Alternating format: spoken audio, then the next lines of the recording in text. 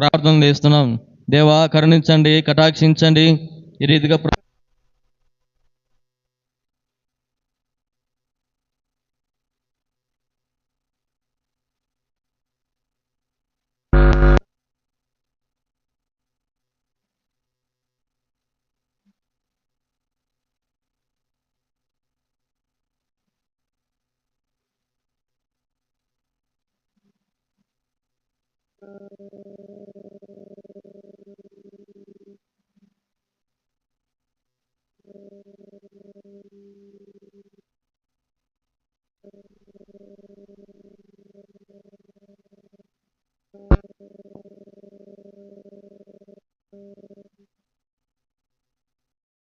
మరి ఆయన దేశ రాష్ట్ర ప్రపంచం అంతట్లో మీరు రక్తించుకున్న ప్రతి సంఘము ప్రభా, ఆయా డిమానేషన్ ప్రభా, ఏ సంఘం మీరు రక్తించుకున్నారు ప్రభా, ప్రతి సంఘాన్ని ప్రభావ మీరు జ్ఞాపకం చేసుకోండి దేవా. ప్రతి సంఘం మీద మేము ఆత్మను కుమరించమని ప్రార్థన చేస్తున్నాం ప్రభా. మీ బలమైన కార్యములు చేయండి, మీరే అద్భుతం చేయమని ప్రార్థన చేస్తున్నాం దేవా. సహాయపడండి, కృప చూపించమని వేడుకుంటున్నాను తండ్రి. ఈ రీతిగా ప్రభా నీ మహిమకరంగా ప్రభా జరగాలని కృప చూపించమని ప్రార్థన చేస్తున్నాం దేవా. సహాయపడండి దేవా, కృప చూపించండి దేవా. మీరే మీ గొప్ప వార్తలు అనుగ్రహించమని ప్రార్థన చేస్తున్నాం ఓ ప్రభా. సహాయపడండి. ఈ రీతిగానైనా మరొకసారి తుంగురు చాలా ప్రార్థన మందిరాన్ని సన్నిధిస్తున్నాను ప్రభా. కరుణించుము ప్రభా. నా తండ్రి, మీ తలంపులు నా తలంపులు కాదు, నా తలంపులు మీ తలంపులుగా తెలిసిదొచ్చినారు. మా తలంపులు జరగొట్టండి, మా తలంపులు తొలగించండి ప్రభా. నీ తలంపులు నీ ఆలోచన ఏముందో ప్రభా విధానం మీరు బయలుపరిచి ప్రభా నీ వాక్యం ద్వారా మాట్లాడమని ప్రార్థిస్తున్నాను దేవా. దావీదు గురించిన సాక్ష్యము, అతడు నా ఉద్దేశం నెరవేర్చిన వాడు, నా ఇష్టాన్ని మరి నా ఇష్టానుసారంగా మనుషులను తెలుసుకొచ్చినారు కనుక తండ్రి కరుణించండి, కటాక్షించండి దేవా. నీకు ఇష్టలుగా నీ చిత్తానుసారంగా మేము నడుచుకునే వరంగా సహాయం చేయండి దేవా. కృప చూపించుము దేవా, బలపరచమని ప్రార్థన చేస్తున్నాం. ఈ రీతిగా ప్రభా నీ గొప్ప కార్యము జరిగించండి ప్రభా. సహాయపడమని ప్రార్థన చేస్తున్నాం తండ్రి. కరుణించండి, కటాక్షించండి. ఈ రీతిగా ప్రభా బలమైన కార్యములు జరిగించి మీరే మహిమ పొందమని, ఈ కోరిక ఆదించదర్శి మీరు వహించమని మరొకసారి ప్రభా నీ ఇంటికి రావాల్సిన బిడ్డలు ప్రభా నీటి నడిపించమని ఘనత మహిమ ప్రభావాలు నీకు అర్పించుకుంటూ యేసు ప్రభువు నామమున అడిగి వేడుకుంటున్నాను తండ్రి. ఆమేన్.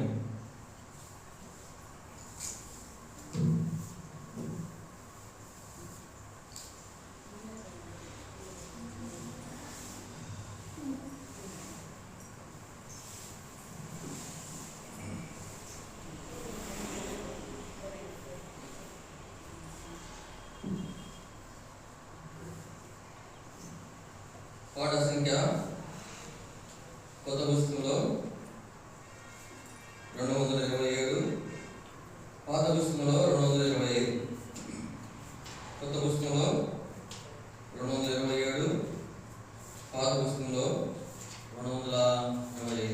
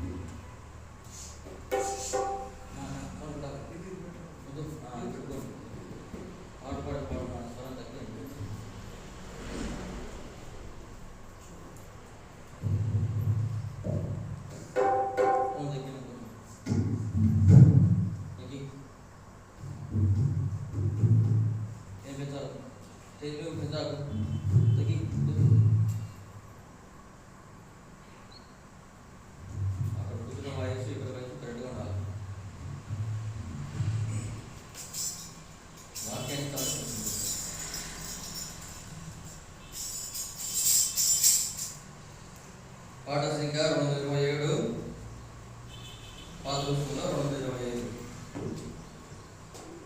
నే స్తుతించెదను యేసు నామమును, భజించెదను క్రీస్తు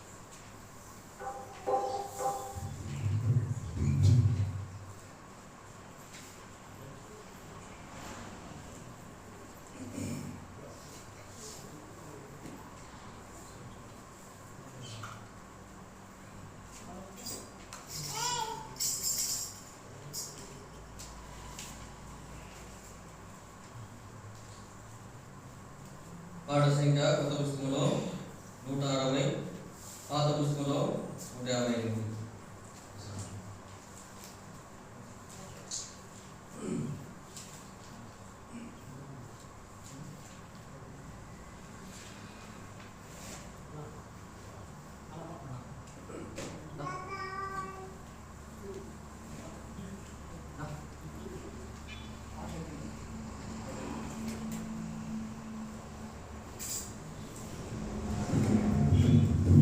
పాఠ సంఖ్య కొత్త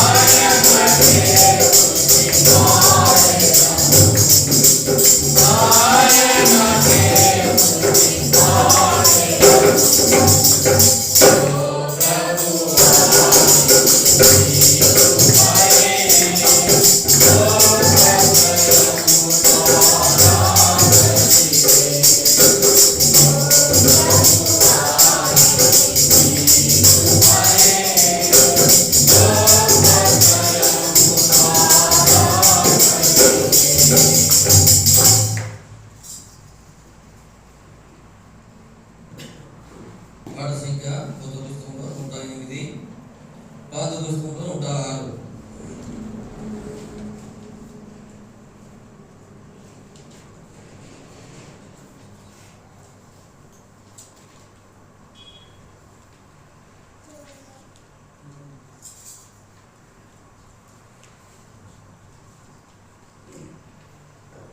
పాట సంఖ్య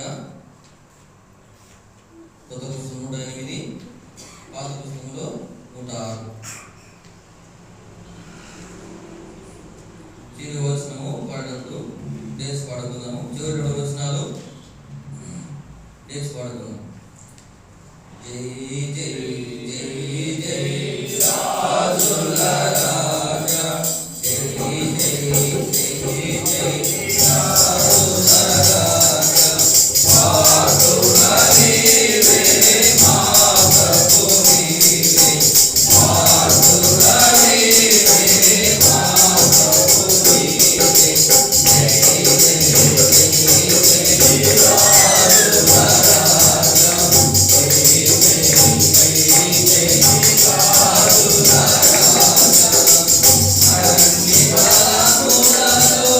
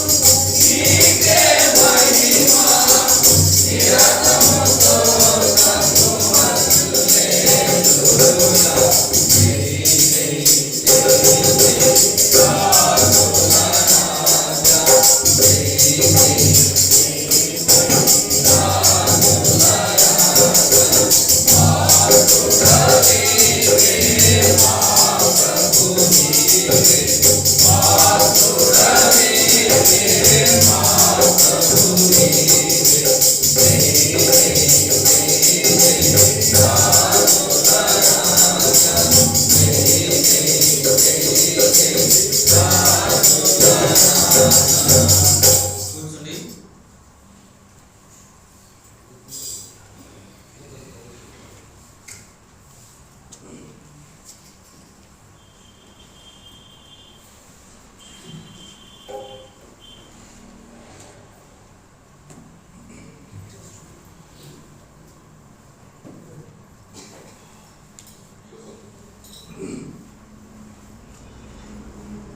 ఆరాధన ముందు వాక్యం చూసుకుందాం.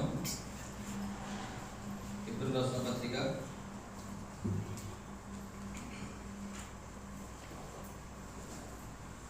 హెబ్రీయులకు రాసిన పత్రిక 2వ అధ్యాయం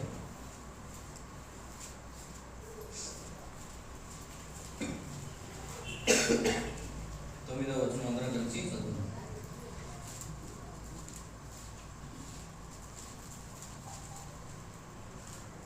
హెబ్రీయులకు రాసిన పత్రిక 2వ అధ్యాయం 9వ వచనం అందరం కలిసి చదువుకుందాం. Page number 201. పేజీ నంబరు 201, 9వ వచనం అందరం కలిసి చదువుకుందాం. దేవుని కృప వలన ఆయన ప్రతి మనుషుని కొరకు మరణము అనుభవించినట్లు దూతల కంటే కొంచెం తక్కువవాడుగా చేయబడిన యేసు మరణం పొందినందున మహిమ ప్రభావంతో కిరీటము ధరించిన వానిగా ఆయనను చూపుచున్నాము. ప్రార్థిస్తున్నాం.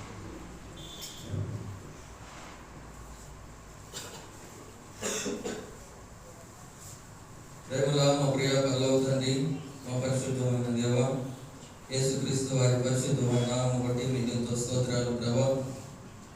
కీర్తన ద్వారా గణపరచడానికి వచ్చిన కృప స్తోత్రములు ప్రభా. మేము ఆరాధించిన ముందు ప్రభా మీరు మాకు అనుగ్రహించిన ఇప్పుడు రాసిన పత్రిక 2:9 ప్రకారం తండ్రి స్తోత్రములు దేవా. చదివిన భాగాన్ని మా ప్రభు దీవించి ఆశ్రయించండి ప్రభా. ఏ విధంగా ప్రభా మరి నా తండ్రి ఆరాధించడం ప్రభా లేదు ద్వారా మీరు మా కృపను అనుగ్రహించని ప్రార్థిస్తున్నాం.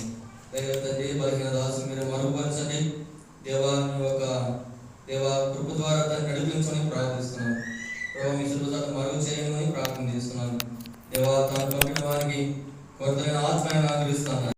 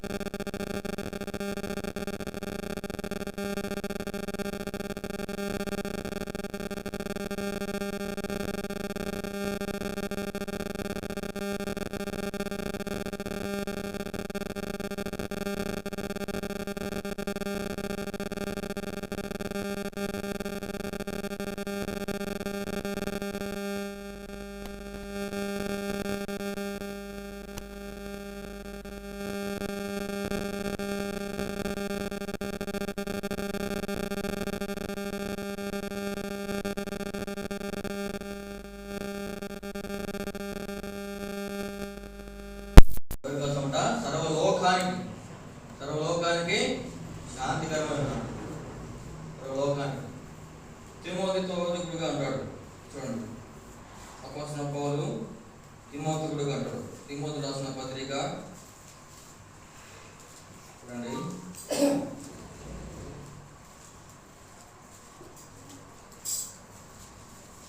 మొదటి పత్రిక 6వ వచనం. 6వ వచనం, 2వ అధ్యాయం 6వ వచనం. ఆయన అందరి కొరకు విమోచన క్రయధనముగా తన్ను తానే సమర్పించుకొనెను. అందరి కొరకు. ఇక్కడేమో అందరి కొరకు అన్నాడు, అక్కడేమో ఎప్పుడు రాసిన పత్రికలేమో మనుషులు అందరి కొరకు అన్నాడు. మరి యోహాను భక్తుడేమో అన్నాడు సర్వలోకానికి శాంతికరం అన్నాడని చెప్తున్నాడు. దేవుని కృప వలన మనుషులు అందరి కొరకు ఆయన ప్రాణం పెట్టినాడు అనుకుంటున్నాడు. ఎందుకు ప్రాణం పెట్టినాడు? ఆయన మనిషిని మీద ఎందుకు అంతగా మరి ప్రేమించినాడు? ఆయన ఎందుకంత త్యాగం చూపించినాడంటే దేవుని కంటే వాడిని తక్కువగా తెలుసుకోవచ్చు. దేవుడు తెలుసుకొచ్చినాడు. ఆయన ఆ కోసం పౌలే ఉంటాడు. ఆ మాట వచ్చాడు. కొరింథీయులకు రాసిన పత్రిక 15వ అధ్యాయం, మొదటి కొరింథీయులకు రాసిన పత్రిక 15వ అధ్యాయం 45 నుంచి చదువుకుంటాం. విషయమై ఆదాముల మొదటి మనుషుడు జీవించి ప్రాణి ఆయనని రాయబడినది. కడపటి ఆదాము జీవింపజేయు ఆత్మ ఆయను. ఆత్మ సంబంధమైనది మొదట కలిగినది కాదు, ప్రకృతి సంబంధమైనది మొదట కలిగినది, తర్వాత ఆత్మ సంబంధమైనది. గమనించాలన్నా, మొదటి మనుషుడు భూ సంబంధి అయి మట్టి నుండి పుట్టినవాడు. ఎక్కడి నుంచి పుట్టినాడు? మట్టి నుండి పుట్టినాడు. మొట్టమొదటి మనిషి దేని నుంచి పుట్టినాడు? మట్టిలో నుంచి. రెండవ మనుషుడు పరలోకం నుండి వచ్చినవాడు. మట్టి నుండి పుట్టినవాడు వాడు మట్టి నుండి పుట్టిన వారును అట్టివారే. పరలోక సంబంధి ఎట్టివాడు, పరలోక సంబంధులను అట్టివారే. మరియు చాలా ఇక్కడ మట్టి నుండి పుట్టిన వాడు ఎట్టివాడు, మట్టి నుండి పుట్టిన వారును అట్టివారే. అంటే మట్టి నుండి పుట్టినవాడు ఎట్టివాడు అన్నాడు. మట్టివాడు కంటే ఎలా ఉన్నాడు? వాడు ఏం చేసినాడు? అవిధేయత చూపించినాడు. ఏం చూపిస్తున్నాడు? అవిధేయత. కాబట్టి అందుకే రాబడింది, మట్టి నుండి పుట్టిన వాడు అట్టివాడు, మట్టి నుండి పుట్టిన వారును అట్టివాడే. అంటే మనం కూడా ఎలా ఉన్నాము? మట్టి సంబంధులం, అవిధేయులం, నిరుపయోగులం, దేవునికి పనికిరాని వారు. అయితే ఇక్కడ అదే చెప్తున్నాడు కదా, మొదటి మనుషుడు భూ సంబంధి అయి మట్టి నుండి పుట్టినవాడు. కాబట్టి మొట్టమొదటి మనిషి భూ సంబంధమైన వాడు, మట్టి నుండి పుట్టినవాడు. అయితే అతను ఏం చేసినాడు? అవిధేయత చూపించాడు. మనిషి దేవునికి అవిధేయత చూపించాడు. ఇది తినకూడదని చెప్తున్నప్పుడు అదే తింటూ వచ్చినాడు. దేవుడు చూడండి, తినకూడదు అంటేనే తిన్నాడు. తిన్న తర్వాత ఏం చేసినాడు? బయటికి తొప్పినాడు. నీవు నా యొక్క ఉండే స్థానంలో యోగ్యుడవు కాదు, నువ్వు నా దగ్గర ఉండే స్థలంలో యోగ్యుడవు కాదని తొప్పి పడేసినాడు. కాబట్టి ఆయన ద్వారా మనం కూడా పుట్టిన వారమే. లూకా సువార్తలో అనుకుంటా మనం అందరం కూడా ఎవరమాట? ఆదాము ఆదాము యొక్క పిల్లలు మనం. ఆదాము ద్వారా వచ్చిన వారం మనం. కాబట్టి మట్టి వారిగా ఉంటున్నాం. అయితే దేవుడు ఇశ్రాయేలు గురించి ఒక మాట అంటాడు. ఇర్మియా గ్రంథము 8వ అధ్యాయం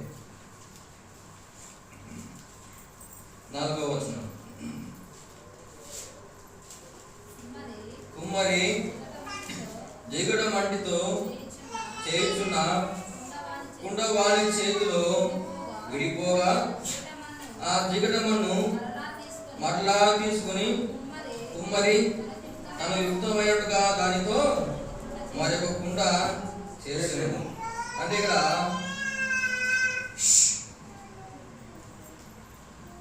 దేవుడు ఇర్మియాకు తెలియజేస్తాడు. మొదటి వచనంలో యెహోవా యొద్ద నుండి ఇర్మియాకు ప్రత్యక్షమై వాక్కు, నీవు లేచి కుమ్మరి ఇంటికి పోము, అక్కడ నా మాట నీకు తెలియజేస్తాను. అంటే ఇక్కడ ఎందుకంటున్నారంటే ఇక్కడ 3వ వచనంలో నేను కుమ్మరింటికి వెళ్ళగా వాడు తన సారి మీద పని చేయుచుండెను. 4వ వచనంలో కుమ్మరి జిగట మట్టితో చేసిన కుండ వాని చేతిలో విడిపోగా. అంటే ఇశ్రాయేలు ప్రజలు ఎలా ఉన్నారు? కుమ్మరి చేతిలో వాడిగా విడిపోయినారు, అంటే దూరమైనారు. కారణం పాపము, కారణం అవిధేయత, కారణం అవిశ్వాసం, కారణం చెడు పనులు. ఇదే అధ్యాయం రాయబడుతుంది. చూడండి 8వ వచనం. ఏ జనమునకు వచ్చి నేను చెప్పితునో ఆ జనము చెడుతనము చేయుట కాలం. ఏం చేస్తున్నారు? చెడుతనం చేస్తున్నారు. ద్వితీయోపదేశ కాండంలో, లేవి కాండంలో, నిర్గమ కాండంలో వారు నాకు ఇష్టమైన ప్రజలు, నా స్వాకీయమైన ప్రజలు, నా సాంప్రదాయమైన ప్రజలు అని దేవుడు తెలియజేస్తూ వచ్చినాడు. ఎవరితో? ఇశ్రాయేలు ప్రజలతో నాకు ఇష్టమైన వారిని తెలియజేస్తూ వచ్చినాడు. అయితే పోను వారి జీవితం పెట్టేసిందంటే విడిపోయినా. ఏ విధంగా కుమ్మరి వాడు కుండ తయారు చేసుకుంటే అది ఏ విధంగా విడిపోతుందో ఆ విధంగా నా చేతిలో నుంచి వారు విడిపోయినా. అంతేకాకుండా ఇక్కడ విడిపోవడానికి కారణము ఇక్కడ సూచన చెప్తున్నాడు ఆయన. మొట్టమొదటిగా ఏ జనం గురించి నేను చెప్తున్నానో, ఏ జనం గురించి నేను నా ప్రజలు నేను చెప్తూ వచ్చినానో ఆ ప్రజలు చెడుతనము చేస్తూ వచ్చినారు. 10వ వచనం, ఆ జనము నా మాట వినకుండా నా దృష్టికి కీడు చేసినట్లా. చూడండి, ఒకటి చెడుతనం చేస్తూ వచ్చినారు, రెండవది కీడు చేస్తూ వచ్చినారు. చూడండి 12వ వచనంలో రాయబడింది, అందుకు వారు నీ మాట నిష్ప్రయోజనము, మేము మా ఆలోచన చొప్పున నడుచుకుందాము, మేమందరము మా మూర్ఖ హృదయము చొప్పున ప్రవర్తించుచున్నాము. చూడండి ఏమంటున్నారు? మూర్ఖ హృదయము. అపోస్తలుడైన పౌలు అంటాడు రోమాపత్రిక 1వ అధ్యాయం 22వ వచనం, వారి అవివేక హృదయము అంధకారమాయను. వారి అవివేక హృదయము అంధకారం, చీకటి, కటిక చీకటి. యోనా అంటాడు, నేను అగాధం నుంచి నేను నీకు మొర పెడుతున్నాను. ఎందుకు పోయాడు అగాధంలోకి? యోనా ఎందుకు పోయాడు అగాధంలోకి? చెప్పిన చోటికి పోకుండా తన ఇష్టానుసారంగా మార్గంలో వెళ్ళినాడు. అందుకే దేవుడు ఏం చేసినాడు? దొబ్బి పడేసినాడు సముద్రంలో. చేప కడుపులోనికి, తిమ్మింగం కడుపులోకి పంపివేస్తూ వచ్చినాడు. ఒకటి గమనించాలా, మొట్టమొదటిగా ఆదాము పాపం చేసినప్పుడు బయటికి త్రోసినాడు. రెండవదిగా ఇశ్రాయేలు ప్రజలు పాపం చేసినప్పుడు వారిని విడిచిపెట్టలేదు. యోనా కూడా చెప్పిన చోటుకు పోకుండా కనుక దొబ్బి పడేసినాడు. చేపకు ఆజ్ఞాపించినాడు. ముగ్గురు ఏం చేసినారు? అవిధేయత చూపించారు. అందుకే ఇక్కడ అంటున్నారు, మేమందరము మా మూర్ఖ హృదయము చొప్పున ప్రవర్తించువారము. 15వ వచనం, అయితే నా ప్రజలు నన్ను మర్చిపోయినారు. చూడండి, నా ప్రజలు మర్చిపోయినారు. ఎవరైనా ఐగుప్తులో మొరపెట్టినప్పుడు వారి బాధను, వారి కఠినమును, వారి యొక్క దుఃఖమును చూసి ఆలకించి దేవుడు దేవుడే సినాయి పునమికి దిగి వచ్చి మోసని ఏర్పరచుకొని మోసే ద్వారా అద్భుతమైన ఐగుప్తులో చేసి వారి ఐగుప్తు నుంచి విడిపించిన తన ప్రజలు ఏమయ్యారు? నా ప్రజలు నన్ను మర్చిపోయి ఉన్నారు. తర్వాత మాయకు ధూపం వేయుచున్నారు, మెరక చేయబడని దారిలో నడవలనని పురాతన మార్గములైన త్రోవలలో తమ్మును తాము తొట్టిలో చేసుకుని. ఒకటి, చెడుతనం చేసినారు. రెండవది, కీడు చేసినారు. మూడవది, వారికి హృదయము మూర్ఖ హృదయంగా మారింది, అంధకార హృదయంగా మారుతూ వచ్చింది.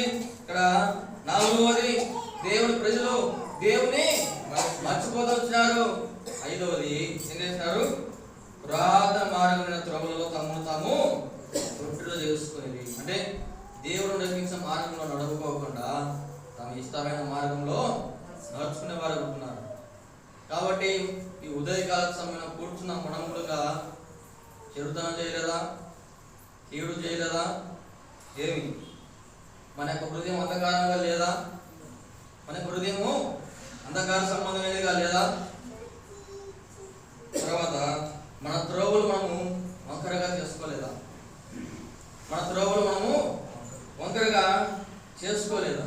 అంత మాత్రమే కాదు, సృష్టికర్త దేవుని మనము మర్చిపోయి ఆయన పూజించుకోకుండా లోకంలో వ్యర్థమైన వాటిని, వ్యర్థముగా ఉన్న వాటిని మనము ఆరాధించడానికి వచ్చినాం. అందుకే ఇక్కడ అంటున్నాడు, ఏమంటున్నాడు? వారు నా చేతిలో నుంచి విడిపోయి ఉన్నారు.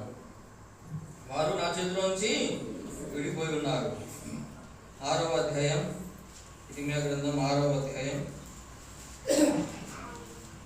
అధ్యాయం చూడండి,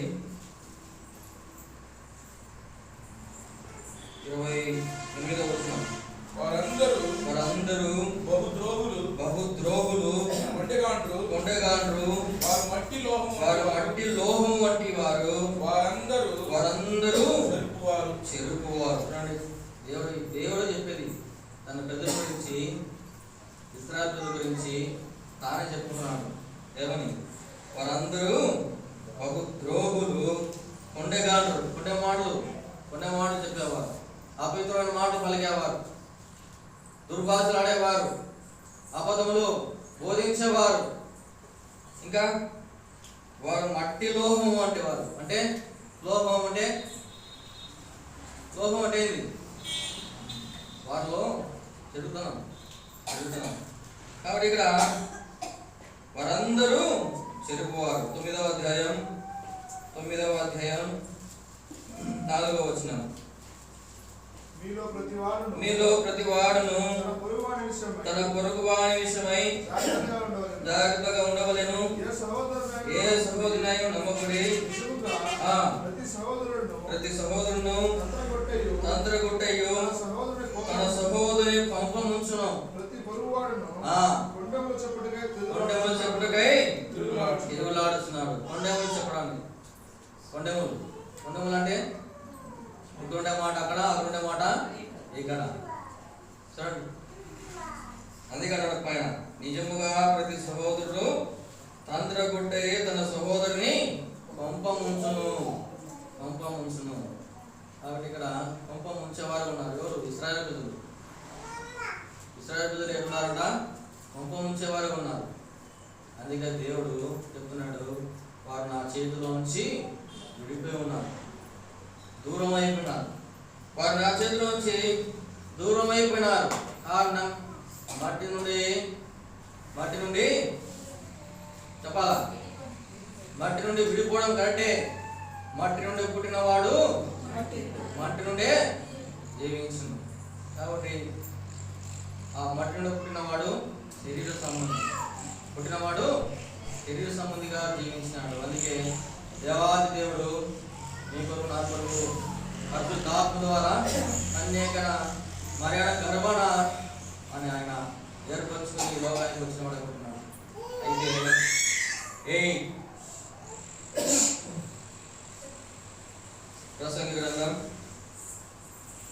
ప్రసంగి గ్రంథం 3వ అధ్యాయం 20వ వచనం. సమస్తము ఒక్క స్థలమునికే పోవును, సమస్తము మట్టిలో నుండి పుట్టెను, సమస్తము మట్టికే తిరిగి పోవును. సమస్తము ఒక్క స్థలంలోకి పోవును.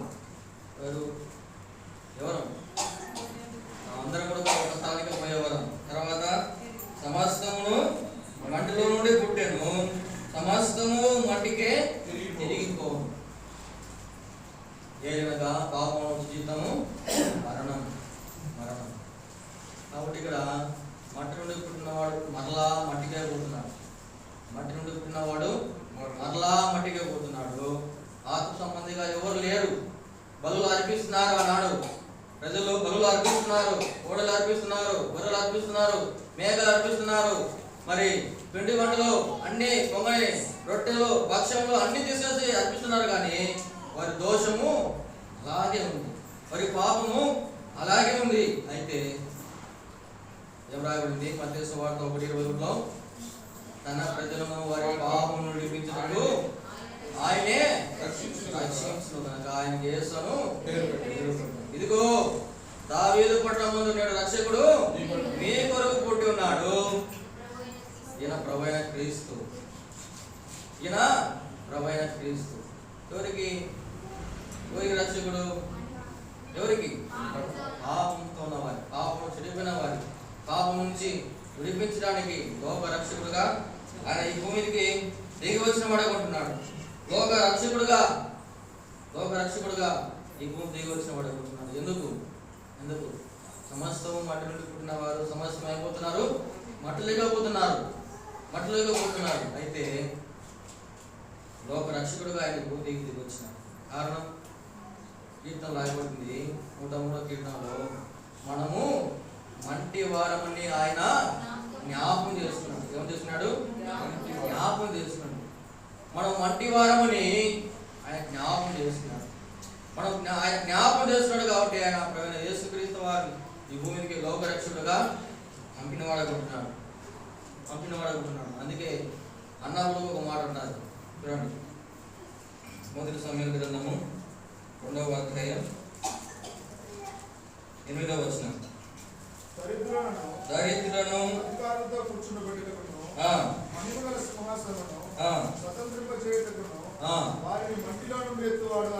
వారిని మంటిలో నుండి ఎత్తువాడు ఆయనే.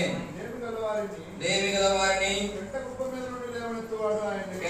మీద పడిన వారిని ఎత్తువాడు ఆయనే. చాలు.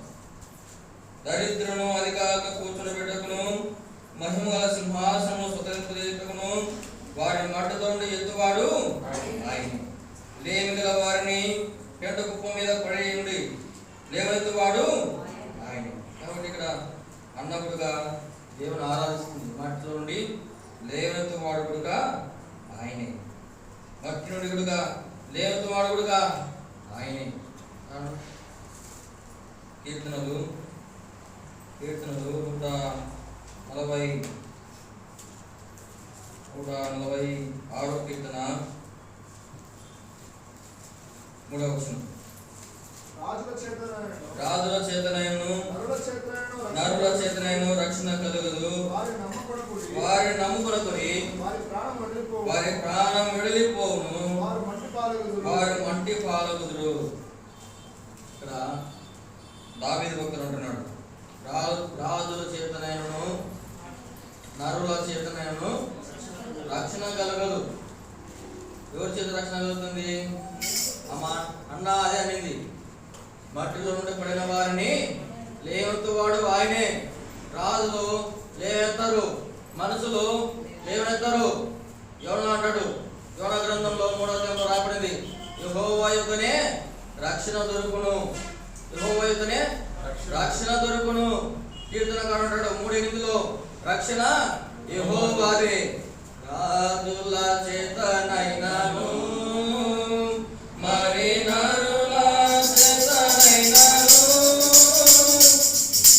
రాజుల చేతనైనను మరి నరుల చేతనైనను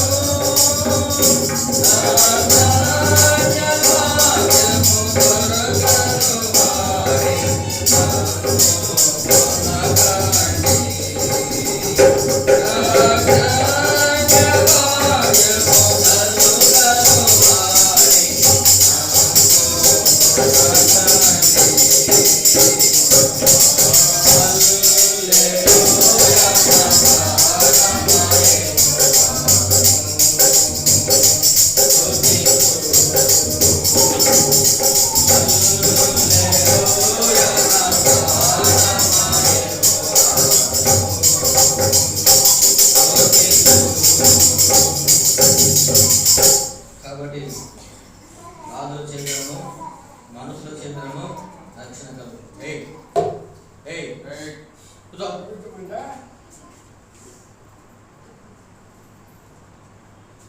రాజుల చేత అయినప్పుడుగా రక్షణ దొరకదు. రాజులు అవసరం బట్టి వాడుకునే వారే ఉంటున్నారు. నరులు కూడా మరి అవసరం బట్టి వాడుకునే వారే ఉంటున్నారు. అయితే రక్షణ యెహోవా అయితేనే రక్షణ దొరుకుతుంది. కాబట్టి మట్టిలో పడిన వారిని లేవనెత్తువాడు యెహోవాయే. మట్టిలో పడిన వారు లేవనెత్తువాడు యెహోవాయే.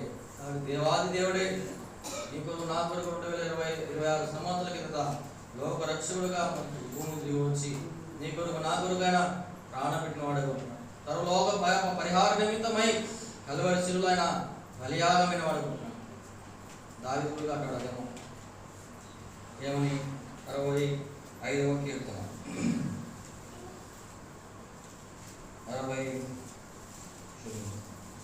22వ కీర్తన 7వ వచనం. నా రక్షణకు నా మహిమకు దేవుడే ఆధారము. 18వ కీర్తన 46వ వచనం. యెహోవా జీవము గలవాడు, నా ఆశ్రయదుర్గమైన వాడు స్తోత్రార్హుడు. నా ఆశ్రయదుర్గమైన వాడు స్తోత్రార్హుడు. నా రక్షణకర్త అయిన దేవుడు బహుగా స్తుతినందును గాక. నా రక్షణకర్త అయిన దేవుడు బహుగా స్తుతినందును గాక. నా రక్షణకర్త అయిన దేవుడు, నా రక్షణ కర్తన దేవుడు. ఇక్కడ ఏమంటున్నాడు? నా రక్షణకు నా మహిమకు నా దేవుడే ఆధారం. యెహోవాయే ఆధారం. నా రక్షణకు నా నిరీక్షణకు చూడండి, రక్షణకు ఉంది, అలాగే ఏముంది? నిరీక్షణకు. నిరీక్షణ అంటే ఏంది? నిరీక్షణ అంటే ఏంది? చూడడం. కాబట్టి నీకు నాకు రక్షణ ఇవ్వడానికి ఒక మాట మనం గమనించాలా. ఆది కాండంలో 18వ అధ్యాయంలో లోతు కుటుంబానికి ఎవరు వచ్చినారు కాపాడడానికి? ఎవరు వచ్చినారు? దేవదూతలు. కరెక్టే. దానికి ముందుగా అబ్రాహాము దగ్గర ఎవరు వస్తారు? దేవుడే వస్తాడు. దేవుడు వచ్చి ఆదాముతో చెప్తాడు, నేను ఆ పట్టణాన్ని నాశనం చేయబోతున్నాను. అయితే అబ్రాహాము ఏమంటాడు? నీతిమంతులను నువ్వు కూడా కాల్చేదేవా అన్నాడు. అయితే దేవాది దేవుడే ఈ లోకానికి వచ్చి నీతిమంతుడు ఆయన లోతు కుటుంబాన్ని కాపాడిన దేవుడు, పాపముల చేత అబ్రాహాము చేత చచ్చిపోయిన మనల్ని రక్షించుటకు దేవాది దేవుడు ఈ లోకానికి వచ్చి ఏమైనాడు? మనుషులందరూ కూడా ఏమైనాడు? రక్షణ బాగా ఇవ్వడానికి క్రైదనం చెల్లించినాడు, శిలువలో మరణించినాడు. అందుకే అన్నాడు పరలోకంలో 24 పెద్దలు కూడా ఏమంటున్నారు? 5వ అధ్యాయం ప్రకటన గ్రంథం 5వ అధ్యాయం 4వ అధ్యాయం 10-11 వచనాలు అందరికి కలిసి చదువుకుందాం. 10-11 వచనాలు.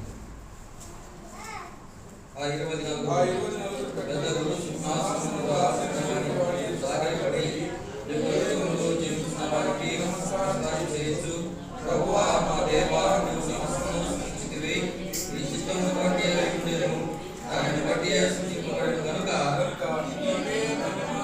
ప్రభావమును పొందుననుకుని చెప్పుచు తమ కిరీటమును ఆ సింహాసనం మీద వేసి. నీవే అర్హుడవు, మేము అర్హులం కాదు. నీవే అర్హుడవు, నీవే ప్రాణపెట్టిన వాడు, నీవే మరణించి తిరిగి లేచిన వాడవు, నీవే పాపుల కొరకు క్రైదనం చెల్లించిన వాడు. కాబట్టి నీవే అర్హుడు అని వారు చేస్తున్నారు, సాగిల పడుతున్నారు. సాగిల పడడం కంటే ముందు ఏం చేస్తున్నారు? తమ కిరీటములు సింహాసనం మీద పడవేస్తున్నారు. సింహాసనం మీద పడవేస్తున్నారు. అందుకే అపోస్తలుడైన పౌలుడు అన్నాడు, మనం చదువుకున్న భాగంలో చూడండి,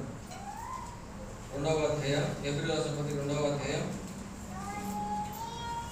9వ వచనం. దేవుని కృప వలన ఆయన ప్రతి మనుషుని కొరకు మరణం అనుభవించినట్లు వృద్ధుల కంటే కొంచెం తక్కువగా చేయబడిన యేసు మరణం పొందినందున మహిమా ప్రభావంతో కిరీటము ధరించిన వానిగా ఆయన చూస్తున్నాము. మహిమా కిరీటములు ధరించిన వానిగా ఆయన చూస్తున్నాము. కాబట్టి 24 పెద్దలు ఏ విధంగా దేవుని సాగిలపడి ఆరాధించుతున్నారు. మనం కూడా ఉదయకాల సమయమున పాపం నుండి, చెడుతనం నుండి, చెడు నుంచి, అంధకార సంబంధమైన హృదయం నుండి విడిపించిన దేవుడు మనం కూడా ఉదయకాల సమయమున అటు వాక్యం ఆరాధన చేసుకొని మనం కూడా ఆరాధించుకుంటారు. మనం లేచి ఒక పాట పాడుకుంటాం.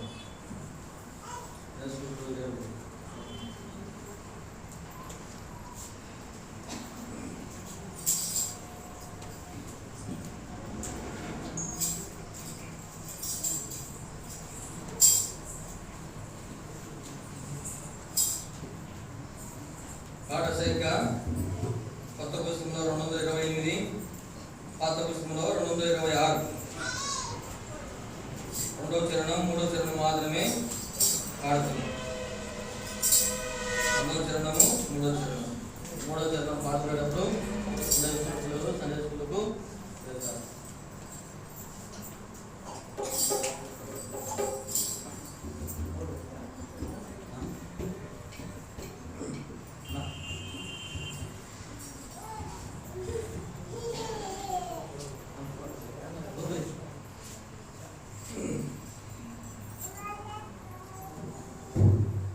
కొత్త పుస్తకంలో 228, పాత పుస్తకంలో 226. 2వ చరణం 3వ చరణము పాడుకుందాం. 3వ చరణం పాడుకున్నప్పుడు సండే స్కూల్కి వెళ్తారు.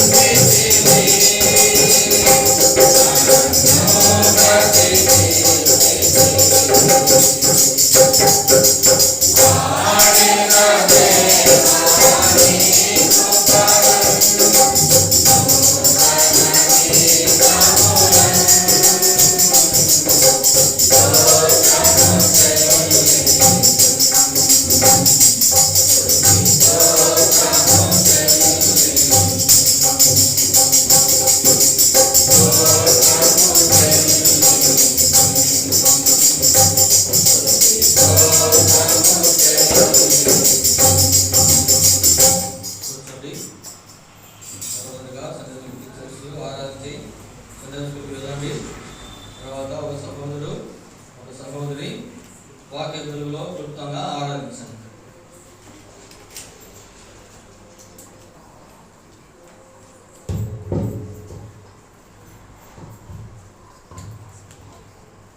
ప్రేమనమ్మకమైన నా ప్రియ పరలోక తండ్రి, దేవుడైన జీవగల తండ్రి, యేసుక్రీస్తు ప్రభువా, నీ ఘనమైన పరిశుద్ధమైన పాదాలకు అందరినీ స్తోత్రములు చెల్లిస్తున్నాను తండ్రి. ఉదయకాల సమయమున పరిశుద్ధ దినంలో తండ్రి, మీ బిడ్డలతో కలిసి ఆకృతి సత్యంతో ఆరాధించడానికి మీరు ఇచ్చిన కృపకే వందనములు చెల్లిస్తున్నాను తండ్రి. ఎంతోమంది దినం చూడగా గతించిపోయినారు. నన్నైతే సజీవులకు నుంచి సజీవుడైన మిమ్మల్ని ఆరాధించడానికి నేను కృపలో జ్ఞాపకం చేసుకున్న విధానాన్ని బట్టి మీకు వందనములు చెల్లిస్తున్నాను. మహాకాశాలు పట్టజాలిన దేవుడు, ఆశ్చర్యకరుడు, ఆలోచనకర్త, బలవంతుడైన దేవుడు, నిత్యుడగు తండ్రిగా సమాధానం